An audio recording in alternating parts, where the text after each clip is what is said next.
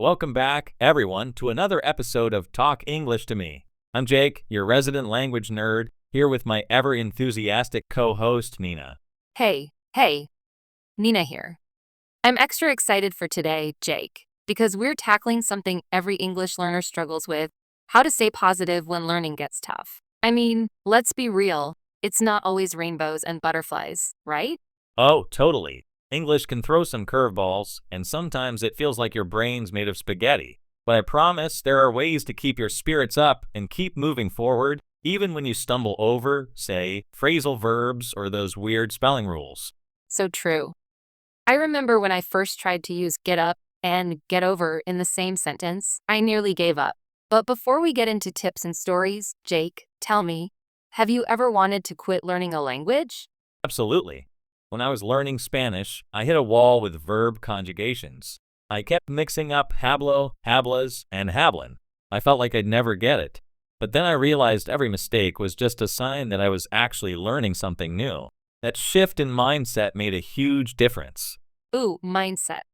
I like that. So, let's dive in. What's the first thing learners can do to stay positive, even when English feels impossible? First up, celebrate small wins.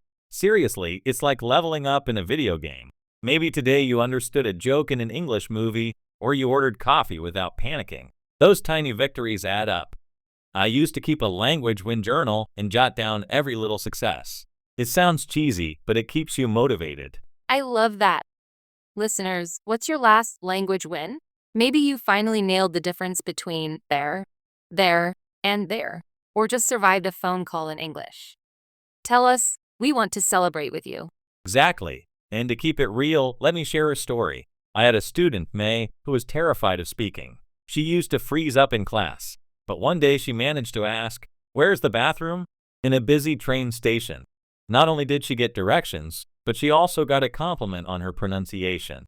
After that, her confidence shot up. That's awesome. Sometimes the tiniest steps feel like giant leaps. But Jake, what about those days when it feels like nothing's working? Like you study for hours and still mix up present perfect and past simple. How do you keep the positivity then? Great question. That's where reframing mistakes comes in. Instead of thinking, ugh, I failed, try, hey, I just found what I need to practice more. Mistakes are like your brain's GPS, showing you where to turn next. I always say, if you're not making mistakes, you're probably not challenging yourself enough. So, mistakes are good news? That's a relief. I might be a genius then, considering how many I make. If that's the case, I'm Einstein. Seriously though, every fluent speaker has a graveyard of mistakes behind them. It's part of the process. And sometimes, those mistakes make for the best stories. Speaking of stories, have you ever had a language fail that turned into a win? Oh, absolutely. When I was traveling in Italy, I tried to say, I'm excited to be here, but I accidentally told someone, I'm pregnant to be here. The look on their face. But you know what? That broke the ice. We all laughed, and I remembered the correct word forever. That's hilarious. I once told a British friend I was full of beans, thinking it meant energetic. Turns out, in the UK, it can also mean talking nonsense. She was like, well, at least you're honest. So, listeners, don't be afraid to laugh at yourself. 100%. Humor is your best friend in this journey. If you can laugh at your mistakes, you'll never run out of reasons to keep going. Okay, let's talk about something practical. A lot of learners get discouraged when they compare themselves to others, especially online. Everyone seems so fluent. How do you deal with that? That's a big one. Social media can be inspiring, but it's also a highlight reel. No one posts their bloopers or their 10 failed tries at pronouncing squirrel. Focus on your own progress. I like to remind my students, don't compare your chapter 2 to someone else's chapter 20. Everyone's journey is unique. It's a great point. Sometimes you only see the end result, not the years of practice behind it. Jake, do you have a tip for tracking your own progress instead of comparing? For sure, record yourself speaking once a month. It's like your own language time capsule. When you listen back, you'll hear how much you've improved, even if you didn't notice it day to day. Or write a short diary entry in English and read it months later. You'll spot the difference. That's genius. Listeners, try it out. And send us a voice memo. We'd love to hear your progress. But Jake, what about motivation slumps? Sometimes you just don't feel like studying. Any hacks for getting out of a rut? Totally normal. Motivation isn't a constant. Think of it like the weather. Some days are sunny, some are stormy. On low motivation days, do something fun in English. Watch a silly YouTube video, listen to a song you love, or play a word game. The key is to keep English part of your daily life, even if it's just for 5 minutes. Yes. Learning doesn't have to be all grammar drills and flashcards. I once memorized the lyrics to Bohemian Rhapsody and felt like a rock star, even if I still can't hit those high notes. I'd pay to hear that performance. But you're right, music, movies, and games make learning feel less like a chore and more like an adventure. Okay, Jake, I have a burning question. What's the weirdest or most creative way you've seen someone practice English? Oh, this one's good. I had a student who labeled everything in her house with sticky notes. Even her cat had a tag that said, cat. She'd walk around, pick up an item, and make a sentence, this is a spoon. I eat soup with a spoon. Her cat wasn't impressed, but her vocabulary skyrocketed. I love that.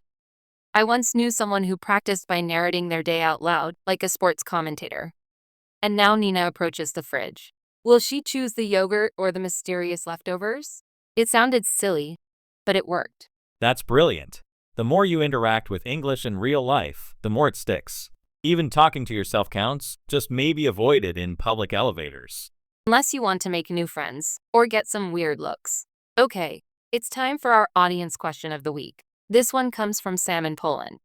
He asks, how do I stay positive when I feel like I'll never be fluent? Great question, Sam. First, fluency isn't a finish line, it's more like a spectrum. Some days you'll feel unstoppable, other days, not so much.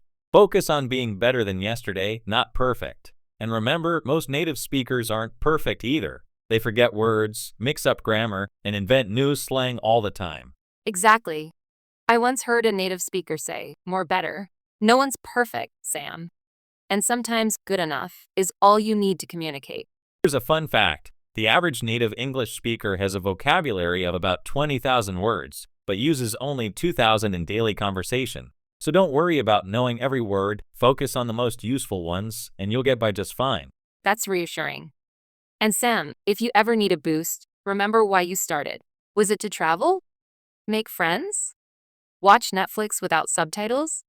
Keep that goal in sight. Well said. And reward yourself for every step forward. Learning a language is like climbing a mountain. Celebrate every base camp, not just the summit. I love that analogy. All right, Jake, let's lighten things up. What's your most embarrassing English language fail? Oh, you want me to spill my secrets? Okay. When I was first teaching, I meant to say, let's focus on pronunciation. But I accidentally said, let's focus on pregnancy. The class burst out laughing. I turned redder than a tomato. That's amazing. I once told a group I was constipated when I meant confused. Let's just say I got a lot of concerned looks and a cup of herbal tea. See, folks? Even teachers mess up. The key is to laugh, learn, and move on. Absolutely. So, let's wrap up with some key tips for staying positive on your English journey. Jake, want to kick us off? Sure thing. Tip 1. Celebrate every win, no matter how small. Write them down, tell a friend, or treat yourself to a cookie. Tip 2. Reframe mistakes as learning opportunities. If you never mess up, you're not pushing yourself enough. Tip 3. Avoid comparing your progress to others. Focus on your own journey, record your voice, keep a journal, and notice your growth. Tip 4. Make English fun. Watch shows, sing songs, play games, or label your cat. Whatever keeps you engaged. Tip 5. Remember your why. Keep your goals in sight and reward yourself for every step forward. Love those. And most importantly, don't give up. Progress isn't always fast or easy, but every day you practice, you're getting better, even if you don't see it right away. So true. And hey, if you need a pep talk, come back and listen to us. We are rooting for you every step of the way. That's right. Thanks for hanging out with us today. If you enjoyed this episode, hit follow, share it with your friends, and leave us a review. We love hearing from you. And send us your language wins, fails, or questions for a chance to be featured on the show. Until next time, keep smiling, keep practicing, and remember, you've got this. Bye, everyone.